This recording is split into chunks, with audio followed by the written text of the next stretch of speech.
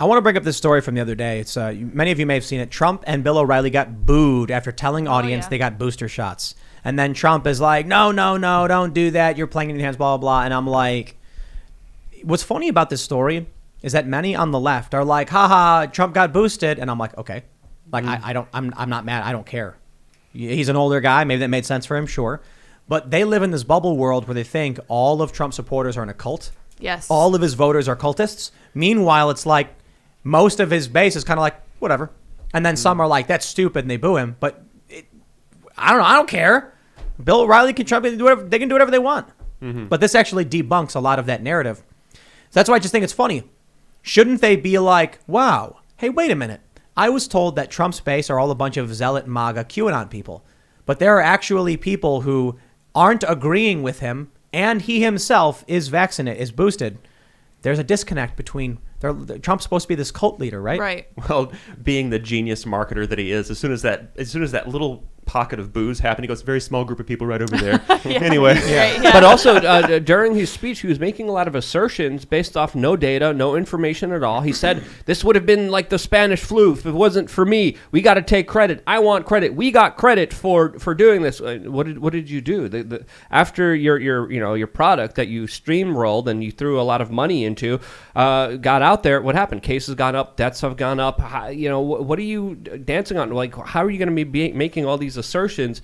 And a lot of people aren't happy with his statements. And I think, his statements and what he did with Dr. Fauci is going to lead to a situation where a lot of his supporter base, I think legitimately, is not going to be following him. Now, the corporate media saying that he's an anti-vaxxer and all of his followers are anti-vaxxers, again, it's just hyperbolic dribble because he's clearly on a different side and clearly not afraid to express those ideas. You see that interview he did where he said he didn't fire Fauci because the left would have lost it. And then a bunch of people on the right were like, Trump admits he didn't fire Fauci because he was scared of the left. The left already lost it a number of times during his entire presidency with absolute nonsense. Trump should have realized, the people around him should have realized, hey, you can't appease any of these people.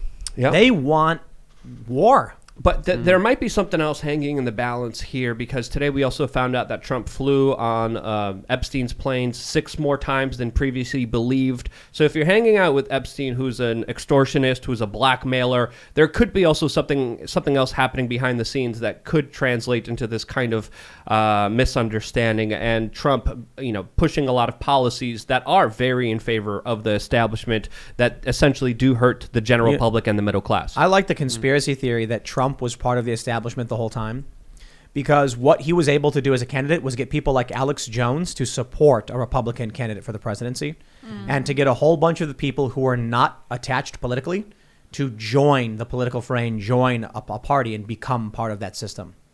Right? Yeah. Absolutely. And when it comes to politics, it's dirty. There's a lot of other things happening behind the scenes. There's a lot of special interests. There's a lot of multinational corporations throwing around a lot of money. There's a lot of blackmail going around as well. So I don't think we're seeing the full actual story here of what's actually going on. And that's just my own perspective. I could be wrong. Prove me wrong if you think I'm wrong. But again, what Trump has done is something that I haven't been supportive of. I've criticized him ever since he sat down with Henry Kissinger. He promised a lot. In my opinion, he definitely underdelivered, but that's my perspective. I know a lot of people are going to be disagreeing with me, but that's okay. That's your perspective. Prove me wrong with some data and some facts. But that's how I saw it myself personally. Yeah. And I think a lot of other people who are paying attention to the news, to the reality of the situation, are also feeling the same way because how can you not, especially with, Julian Assange, which was the Trump, kind of cherry on top. Right. But Trump was just an imperfect avatar for people's anger. Right. So when Bernie Sanders lost, a lot of Bernie supporters voted for Trump. And this is something that the progressives will never want to admit, but it's true. I was in Anaheim, California, and there were 3 dudes. One was older, 2 were younger.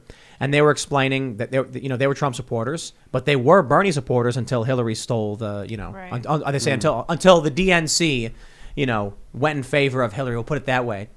And they got physically attacked. The people there started attacking them, and they were running and they were spitting on them and stuff like that. And I'm like, that's really amazing. This guy said he was a Bernie supporter. He said he felt Bernie had more experience, that Bernie was a politician and Trump was not, and that Bernie would know how to navigate these systems. Bernie was in favor of border security. Bernie was in favor of helping the working class. But as soon as Hillary came in, he was like, nope, Donald Trump's the answer because, Hillary Clinton is going to be open borders. Hillary Clinton is going to be all of the worst things: war, conflict, extracting our jobs and placing them overseas. Trump was the only option. Trump was talking about investigating 9/11, holding Saudi Arabia accountable for it, auditing the Federal Reserve, releasing the JFK CIA documents. Everyone's mind was blown. He was like, he's bucking the system, really. And then, the reality of all those promises was a lot different when he was in office. He talked about bucking the system. Well, hold on. Like Very well. But he doesn't G when it comes down to it. It's because Trump flying in his plane over D.C., looking down at the world and then telling everybody, I am going to clean this place up, is very different from when the plane lands and he takes one step and his foot sinks 3 feet into muck and scum. And he goes like, what do I do here? Mm-hmm. It happens to a lot of these people who run. They say, I'm going to do all these things. I'm going to do this, that, or otherwise. And then Trump gets in, and he was like just dredging through that muck, trying to make it to the other side. Worse still, with a lot of presidents, they get in the muck. They don't follow through on all their promises. Trump not only had the muck, but he had the establishment Democrat and activists, like lassoing him and pulling him back at the same time. And they're still doing it today. Throughout his entire presidency, he was investigated. Then they impeached him, and they impeached him again. Then you get Ukraine Gate, Russia Gate, all of these scandals preventing him from being able to do anything. And the left likes it. They're like, good, obstruct him. But I'll tell you this, you cannot have a country where all you have is two sides obstructing each other and nothing's getting done. Because eventually when the obstruction stops working, people start hitting each other. That sounds like a dream for me. Government obstructing each other, not doing anything. That sounds awesome. I have a different Until take. they rip each other apart. Well, if they don't let one side get too strong to hurt the other side, and if they just keeping each other in check, I think that would be the optimal situation. I don't see that happening. I see them more working in tandem. And from my perspective, Trump got in that swamp. He was like, okay, I'll fight this a little bit, and then like midway, he's like, oh, this is a mud bath. This is nice, and he started rubbing the DC mud all over himself and kind of enjoying it, and then be like, maybe I should. It's kind of nice just being in this muddy. I think one way to put it is Trump's always had a bit of the muck on him. You know what I mean? Yeah. Oh, yeah. And when he got into the swamp, he looked at some swamp monsters, and one swamp monster was like, Trump, hire John Bolton. And then Trump was like, he goes, wait a minute, are you a swamp monster? I swear I'm not. Okay, John. And then he looks over at another swamp monster, and he's like, I'm going to invade Iran. And he's like, you're hired. Yeah. Then Fauci was there the whole time, and Trump was like, I'd fire that swamp monster. But the swamp monsters over there really like him, so I won't. Yep. And Jared Kushner as well. I mean, there's a lot of crazy stories that came out surrounding Jared Kushner and his involvement and sphere of influence, pushing a lot of policies that were absolutely not popular at all. And there was a lot of opportunity there, and I think that's why a lot of people felt let down. But let's be honest here. He still did some okay things. We shouldn't be too one-sided and not just always attack him. We should admit that he also did push for very populist policies. He had a very unique China policy. No new wars. He focused on American jobs, and again, we have to start seeing things through the lens of outside of our political gangs. You know what's funny though? You shouldn't be the Bloods, you shouldn't be the Crips, but you should see that this violence is just absolutely stupid, and then both sides are playing you. I'll tell you what's funny is that Trump did try to end a lot of our wars, but not all of them. He did try to get us out of the Middle East and stuff like that. It's kind of sad that where we are as a country is the president who doesn't start any new wars gets praise, because we're so used to all the presidents starting wars. It's the norm. Yeah. And I understand Trump was actually pulling back a little bit, but imagine if we got a president on day one just signed a bunch of executive orders saying we hereby are ending these excursions and we're going to be bringing troops back and we're going to be withdrawing and all that stuff. Even Trump didn't do that, but Trump did, I believe, try in many ways.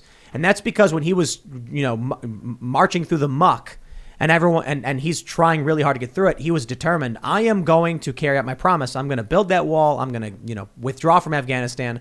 And then as soon as he leaves the swamp and Joe Biden walks back in, Joe Biden started rolling around like a pig in ish, if you know what I mean. He was happy. He was like, oh, swamp, I'm home. Start getting his energy back as the swamp returned to life to his, rotting, corrupt body. And then he was like, let's botch Afghanistan so he can destabilize the region further. And then there you go. But continuing that Syria policy was just insane. Continuing the Yemen policy, also another thing no one really talks about. The worst humanitarian crisis, according to many international organizations in the world, because of the U.S.-Saudi Arabian coalition that's literally fighting proxy Iranian forces against proxy Al-Qaeda Saudi Arabian forces. We were on the side of Al-Qaeda, even though Associated Press was writing articles saying how, the Saudi coalition comes in there, they tell Al-Qaeda to step back, they bring in the media, they say we conquered Al-Qaeda. Meanwhile, they were working with them in Yemen as part of American foreign policy, as well as, being on the side of the rebel groups. I mean, bombing Syria, it was just wild, his foreign policy, because he himself called himself a globalist and a populist. You can't be both. And I think he represented both ideas, but he also contradicted himself a lot and fought himself. Thanks for checking out this segment from the Timcast IRL podcast. If you want to watch live, you can check out this channel Monday through Friday at 8 p.m. Now, don't forget to smash that like button, subscribe to this channel, and if you want more unfiltered and uncensored content with all of these guests, go to timcast.com and become a member. All of these guests you know and love in exclusive segments on our website where we are unrestricted in what we talk about, so you'll definitely not want to miss it. Thanks for hanging out. We'll see you all next time.